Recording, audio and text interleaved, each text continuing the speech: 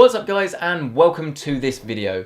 Freesync and G-sync then. It's stuff we've talked about a little bit before, but we've never really talked about the technology as a whole and whether it's actually worth investing in these technologies and whether they actually make your gaming experience that little bit better.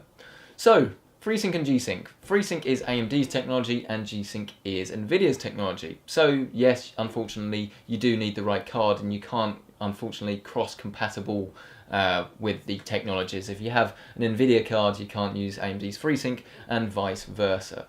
But how do these technologies work and how do they improve your games?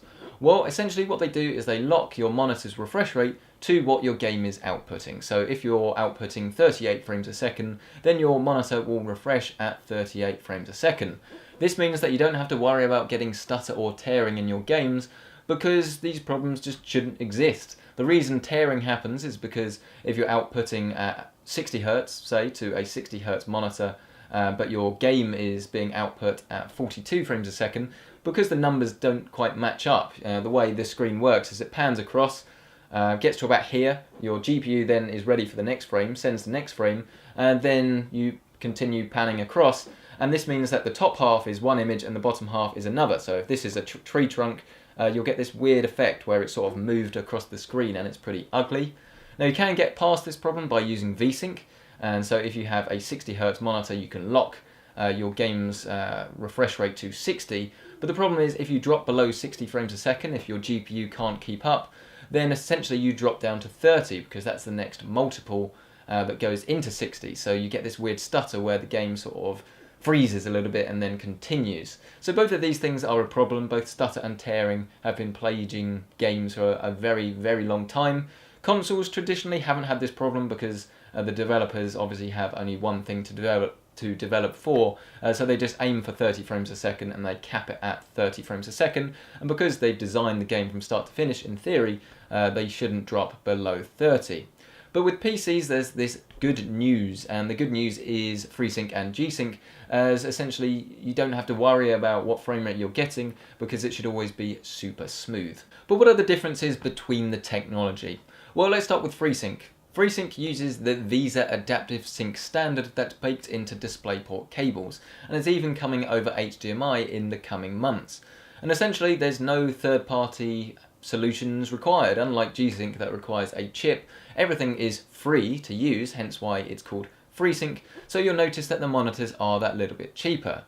Now the good news is that because they're cheaper you have a wider choice because it's being adapted by more monitor manufacturers because it doesn't really cost that much to implement, and as long as you have an AMD card you're going to be able to get the benefit of reduced stutter and tearing in your games. Now the big thing to note with FreeSync monitors though is that there is quite a bit of variance between different monitors.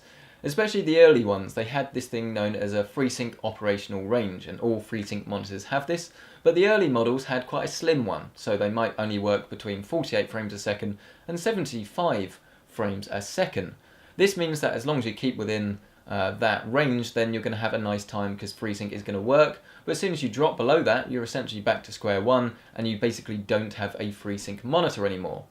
Now we're getting better and better over time, and the most recent FreeSync monitor that I've reviewed was an Acer one, and you can find that in the little eye somewhere, and that had a FreeSync range of, I believe, was it 30 to 144? Might have been 40 to 144, and you can find the full thing in that video anyway, but because it's quite a nice wide range, you're going to be able to keep within that, and it's going to be a very user-friendly monitor that you're going to be able to use FreeSync with. Happy days.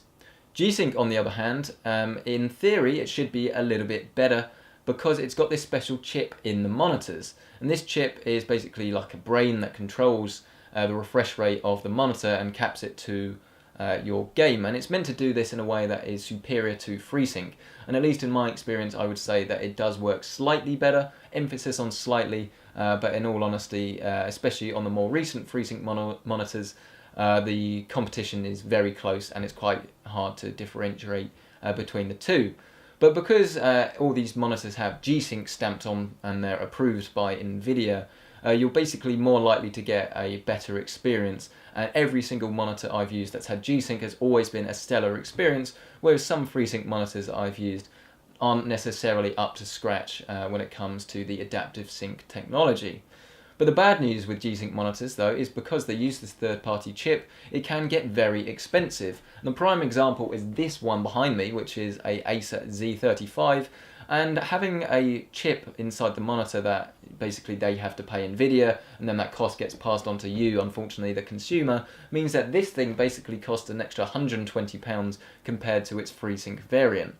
And while if you have an Nvidia card, you're probably likely to be able to sort of pay this, and you'll be happy to pay this. If you're sort of designing a build from scratch, it's definitely something to strongly consider, because if you're paying an extra £120 here in the UK for just a G-sync chip, that's the amount of money that you could then, say, put towards a more expensive AMD card and then just get a cheaper FreeSync monitor and still have the same, if not a better experience. But these are all things you need to consider when you're buying a monitor. So that's what the technologies are and how they work. But do they actually provide a better experience? Well, as someone that plays a lot of games and tends to play a lot of mouse and keyboard games, then it definitely does make a big difference. G-sync especially brings a really nice super smooth experience no matter what your frame rate is.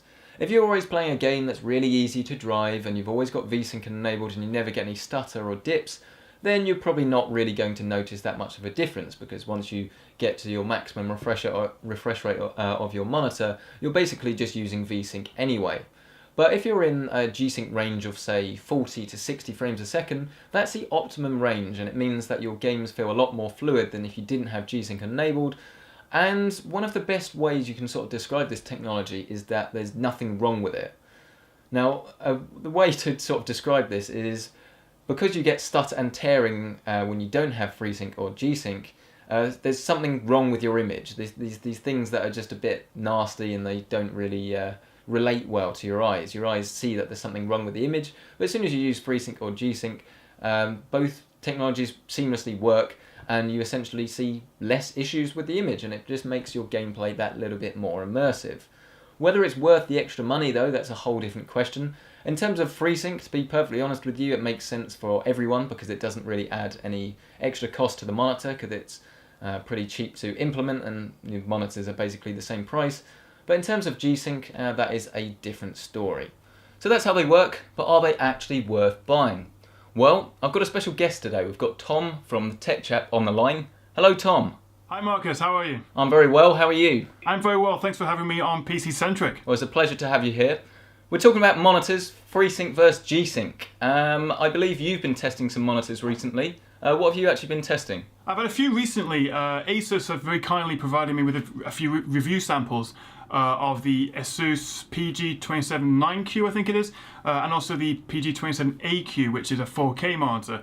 Now, as I'm sure you know, G-sync and FreeSync work best at lower frame rates, so I think it was quite interesting for me when I was testing it as a 4K monitor, which obviously just destroys your frame rate, how much of a benefit there would be at the lower frame rate. So most interesting, as I say, the AQ, the 4K monitor, I found actually it wasn't that particularly noticeable, for me at least. What do you think? Well, in terms of G-sync, obviously you've sort of jumped in at the deep end there. I've had the pleasure of testing actually both of those monitors as well. And I think it definitely does depend on the game you're playing. I don't know what your history with monitors is, but I remember back in the day, about 4 years ago, of using a 120Hz monitor. It was a TN monitor without G-sync or FreeSync, and that still felt really smooth. And at higher frame rates, I think it's fair to say you don't really get the same level of experience from G-sync that you would if you're using it at lower frame rates. But definitely on those two Asus monitors, I would say that it did make a big difference, especially at lower frame rates and especially on the 4K monitor. When we're sort of looking at monitors these days, I don't know whether you're in the market for your new monitor, but how seriously would you consider getting a FreeSync or a G-sync monitor? I think it's going to be a bit like having 3D in TVs.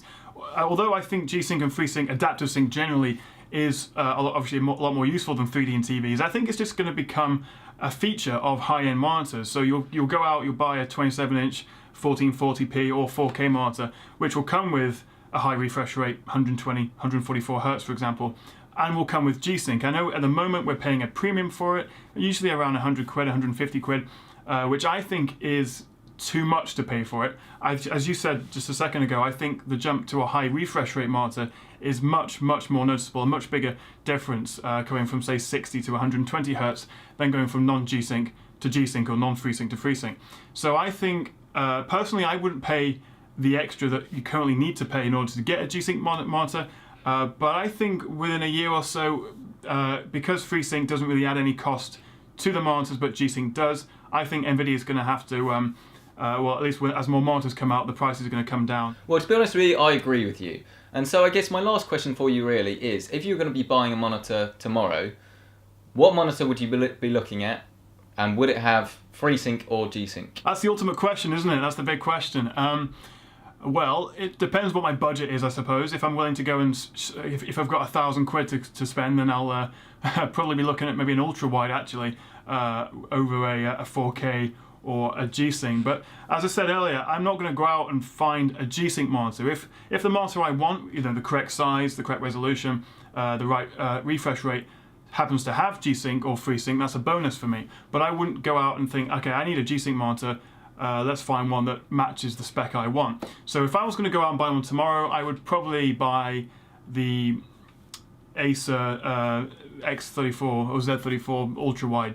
I'm a big fan of ultra-wides. I've been using the LG 34UC97, I think it is, for a good few months. I've had to go back to a standard 16:9 one now, but I fell in love with ultra-wides. I've recently used 4K, and as much as it's quite nice to use as a desktop experience, because we haven't got DisplayPort 1.3 yet, it's 60 Hz, and going back to 60 Hz feels archaic, coming down from a 165 Hz PG279Q I was using. So 4K isn't something I'd be looking for, particularly because it just destroys your frame rate in games. G-sync is something that would be a nice bonus, but I wouldn't go out and buy it. But for me, as I say, I think it would be a top-end ultra-wide, assuming I did have an awful lot of money to spend. Yeah, I was going to say, you really did throw yourself in the deep end there. They're pretty much the most expensive monitor you can buy. But yeah, no, I agree with you. I think to sort of wrap it up from my point of view, as I do play a lot of games, I would say that for me, G-sync or FreeSync is worth it. But I think the main thing is, these days, if you have an NVIDIA card, you're sort of tied in to G-sync. You don't really have a choice, whereas obviously if you're AMD, you're tied in to FreeSync. But if you're going out and you're buying a new GPU or you're buying a whole new computer, for me personally, I think I would genuinely go down the AMD route and save myself a load of money on the monitor and get a FreeSync monitor. And I think this is the problem that NVIDIA are going to have. AMD have always been sort of behind in terms of raw performance and power efficiency. But with this FreeSync technology, unless G-sync becomes a lot better or a lot cheaper, I think FreeSync really has the legs for me, and I think is going to be the way to go. That's pretty interesting. All right, so let me ask you, if you've got, say, £500 to spend, I know you just said, I gave an example of a monitor there, but what would you go out and buy? Would you go for a high refresh one first? You've got, say, £400 or £500, a fair amount of money, but not top end where you can get all the specs. What would be your number one priority if you were to go out and buy a monitor?